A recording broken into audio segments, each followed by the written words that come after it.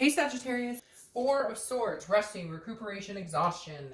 Who has been taking up your space that doesn't deserve to be there? This definitely tells me that some of you are taking hiatus, which seems to be a theme across a lot of signs right now. People just, I don't know if it's like the nice weather, especially here in the US, is coming out or what, because I just do not feel people are connecting on dating as much. I just feel like a lot of people are resting. They're not running out on dates. I mean, I'm sure some people are, but I feel like the majority of singles are just kind of like, whatever, I'm not rushing into anything. I don't need anything.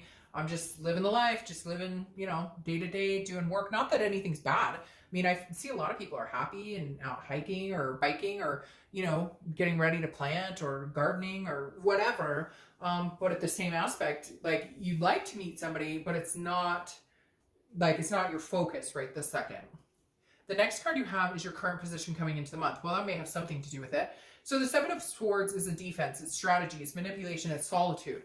So it's basically saying you'd rather be alone than to deal with any of the bullshit that's out there. So either you've had past experiences, or maybe you're just taking a couple months, maybe even a year off, and you're like, I'm not really digging it. I'm enjoying my alone time. The Seven of Swords is a solitude card, but it's choosing to be in solitude. It's not forced solitude. You don't have to be alone. You know that. You could go out and date. It's not a question of can I, or will there be somebody out there to date, or will I meet anybody? It's more of a, do I want to?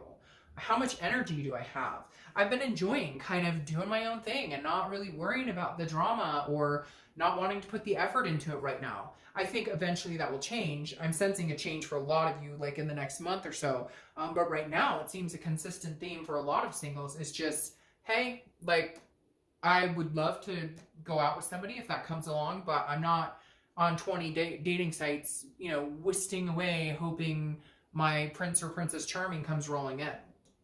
And like I said, that holds some defense and strategy. So you may have a wall up too because of things you've experienced before, and you're just kind of like, I'd rather leave it than take it. All right, the next card you have is the Magician. So he's been popping up a lot, and I don't apply sex to the card, so it could be he or she.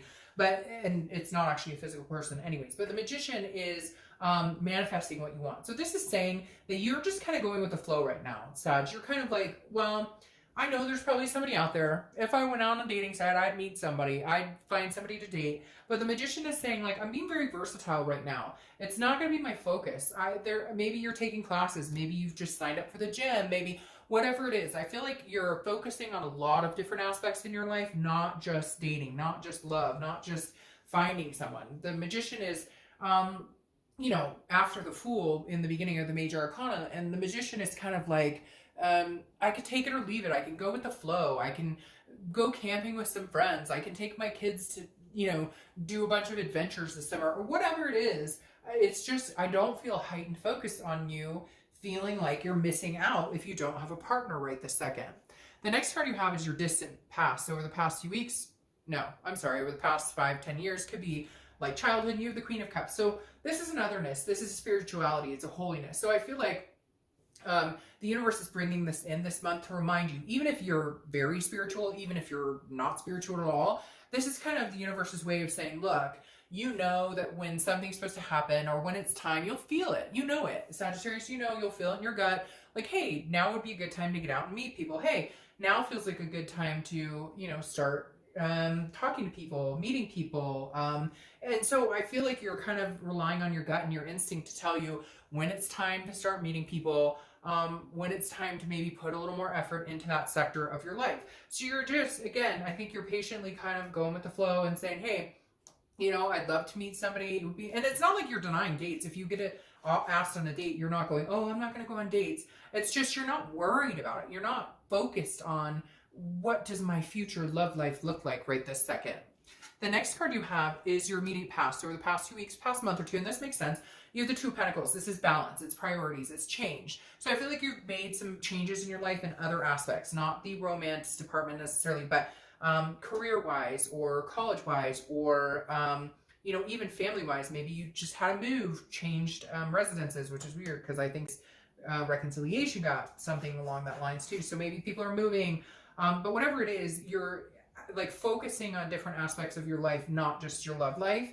And you're changing yourself for the better because it's reflective on what you want. So you're kind of like, well, if I want to attract this type of person, then I need to represent myself as that type of person as well. And so I feel like some of you are kind of like, okay, you're realizing that like, hey, if this is what I want, or if this is what I'm looking for, I need to make some changes too, because maybe there was chaos and things going on in your life, and bringing somebody into your life under those circumstances brings somebody who's got the same chaos or craziness going on into your life.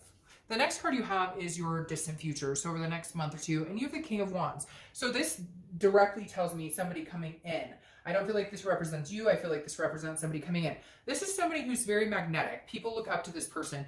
They're very grounded. They're very of high value, high morals. And so I feel like this is, you're kind of holding yourself to that standard, and in turn, somebody's coming in who represents that standard. The King of Wands is somebody you're going to be very attracted to, but they're also going to reflect that on you. They're also going to be attentive. They're also going to hold you to a higher moral value type standard as you are they. And I feel like the expectation of you both is going to be kind of like, you know, I'm not looking for games. I'm not looking for bullshit. Like, I'm looking for a stand-up type of person in my life. And they are too. Again, hence the changes and balance that you've made to recognize what it is you want to bring in your life versus what you don't want in your life anymore. The next card you have is your immediate future. So over the next few weeks, you have the Ten of Swords here, which is some sort of tragedy. It can also be a physical death. So some of you may have somebody around you who's been going through, you know, battling a disease of some sort, or maybe you have somebody who has passed away. But the Ten of Swords is also about feeling a sense of loss to a certain extent. What's weird about this is I feel like this may be like you've been separated from somebody for 2 years, because I feel like this is a long time ago, but like a divorce is final. Or, and so I don't feel like this carries throughout the entire month. I feel like there's just a moment this month where you're kind of like, something happens that feels a little devastating. Something happened that feels, you know, like a grandparent passes. I hate to bring that type of stuff up, but unfortunately the Ten of Swords does represent some sort of loss or tragedy or again, illness.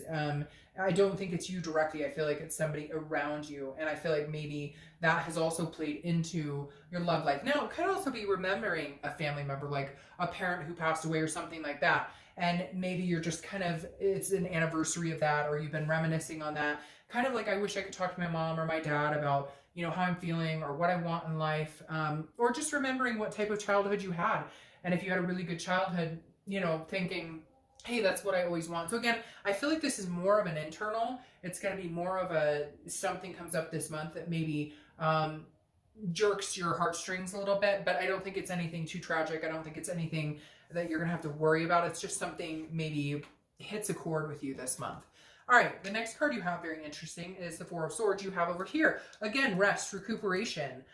So something that's been exhausting you. Maybe you've been working really hard. Maybe you've been dealing with, maybe you found out you have high blood pressure or something. There's something going on here where your focus is more about priorities, balance, and keeping yourself very grounded and without drama and without stress. Because having the Four of Swords come up again tells me at some point this month, you're going to have to rest. There's a recuperation. There's some sort of exhaustion. Maybe you're working on a big project at work, but you finally get some sort of, you know, solace in all of this to where you're going to feel less stressed is exactly what I'm getting. All right. The next card you have is how you're feeling throughout the month. Could be the beginning, middle, end. And you have the Queen of Pentacles. This is a nurturing energy. This is a motherly energy. So some of you could be dealing with kids. But this is you maybe taking care of somebody. I can't help but say that there's something here going on. Taking care of yourself, taking care of somebody else. Because the Queen of Pentacles is a very nurturing, again, very generous energy. Always looking out for other people. And so this is going to be you kind of wanting to take care of somebody. Now, it may also just be your feelings of, I would like to meet somebody that I can take care of, not in a like physical take care of, but you want to meet somebody who emotionally you can be there for, and you want that in return. So you're kind of thinking about what type of energy you would put out in the universe in order to find what you're looking for. In other words, you're really just wanting somebody that you both care about each other. You're both there through the thick and thin, ups and downs, and just genuinely care about each other.